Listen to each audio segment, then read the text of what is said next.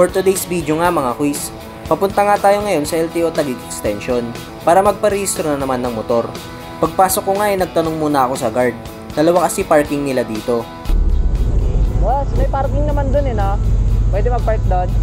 Yung isa yung nandito sa may bungad at yung isa naman ay nandun sa loob. Tapat lang mismo kung saan tayo magpapa-ignition at kukuha ng insurance. Para hindi na din tayo mahirapan kunin yung motor natin pag tayo na yung susunod na isasalang. 40 pesos nga pala yung parking nila dito. Pang buong araw na yun mga quiz.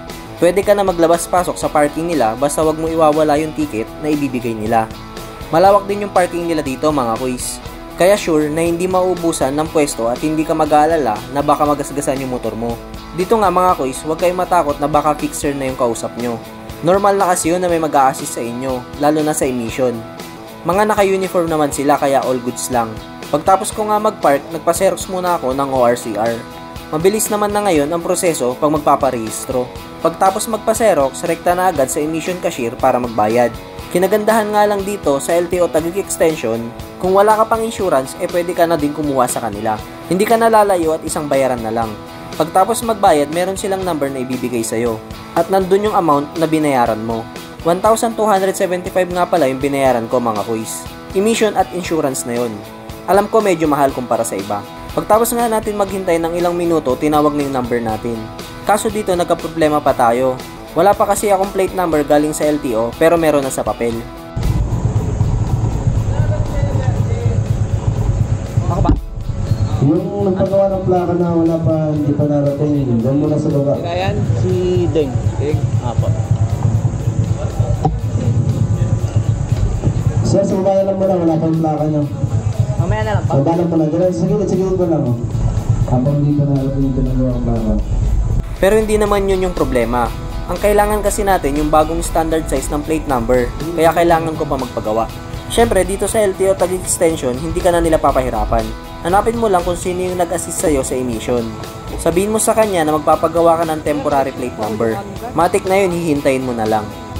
Ito na yung ano. Sa'yo na ibibigay? May ano kayo pangkabit naman kayo mamaya no? Magkano 350? After 20 minutes nga, dumating na din yung temporary plate number natin. At 350 nga pala yung binayad ko. Syempre wala nang paligoy-ligoy pa. Ikakabit na din natin agad yung temporary plate number natin. Nagka-problema pa nga ako dyan mga quiz. Dahil hindi tugma yung tornilyo na gamit ko kumpara sa bagong plaka na gagamitin natin. Ang ending, cable tie or strap ba yung tawag doon, yun yung ginamit ko. Mabilisan na lang din kasi mga quiz para matapos na tayo. Pagtapos ikabit, rekta na agad sa emission. Nagka-problema ulit. Bawal daw yung strap. Kinagandahan na naman sa LTO Taguig Extension, meron din nagbebenta ng mga tornilyo. Hindi ka na talaga papahirapan. Kulang na lang magtayo ng motor shop sa loob ng LTO. At dyan nga, inaayos ulit namin yung temporary plate number. Si Kuya Deng, siya yung nag-assist sa akin mula nung una. Habang naghihintay ng result sa smoke at makuha yung insurance, nakita ko tong sample print nila ng standard plate number. Bilisan na natin mga quiz. Paglabas ng result, rekta naman tayo agad sa motor vehicle inspection. Dito naman nila i-check yung motor mo, kung all goods ba lahat ng ilaw, headlight, signal light, basta lahat ng lights. Syempre pati busina. At kung meron silang nakitang depektibo, kailangan mo muna yun ipaayos para makapag-proceed ka sa next step.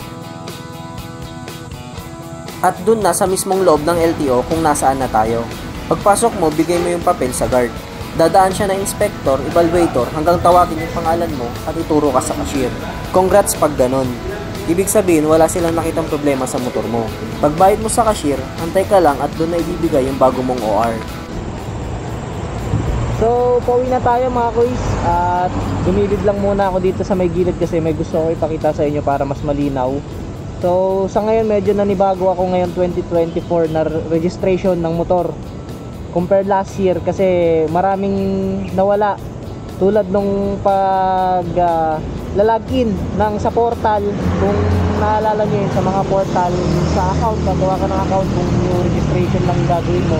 So may mga ganong senaryo pa, tapos may mga stencil pa. Parang ngayon kasi is walang nangyaring ganon, hindi na ako nag-login ng sa portal, wala na ring stencil na nangyari. Hindi ko alam kung sa akin lang or ganun din sa iba. Hindi na rin kasi ako nagtanong.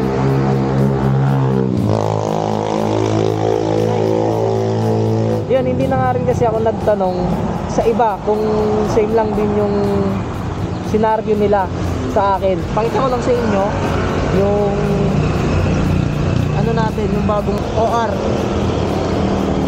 Bale ito, same pa din sa dati, dalawa. Ayan, yung isa sa registration ng motor, tapos yung isa naman yung sa lalabag natin. So lagi ko pa din siyang pinaparehistro kasi mahirap na ma-check-one eh. Hindi ako sure ha. Correct me if I'm wrong na lang mga quiz kung meron na talagang nilabas na memo regarding sa top box or sa mga gantong lalamove bag. So 385 yung pinayaran ko sa registro. So may penalty ako ng 120 kasi nalita ko ng isang buwan ng registro. So ayun, dito naman sa baggage carrier natin is 110 yung binayaran natin. So dalawa siya. Ayan. Tapos ipakita ko rin sa inyo yung ano, yung sa plate number na binago nila. Hindi na pala pwede yung ganung size. Ewan ko lang kung dito lang ba or sa ibang ano din, ibang LTO. Kung pinapalitan na rin nila yung ganon. Ito. Ganyan na siya kalaki. Ayan, kunin ko yung luma para makita nyo yung difference. Para kahit pa paano mas malinaw yung ano natin. Saan lang to?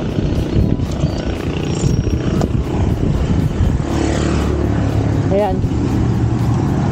Nakita nyo yung difference mga guys. Ganyan siya. So yun lang yung mga bago ngayon compared last year tsaka this year. So sana itong maikling video na to ay nakatulong sa inyo. So yun lang mga guys, ride safe always. Bye bye.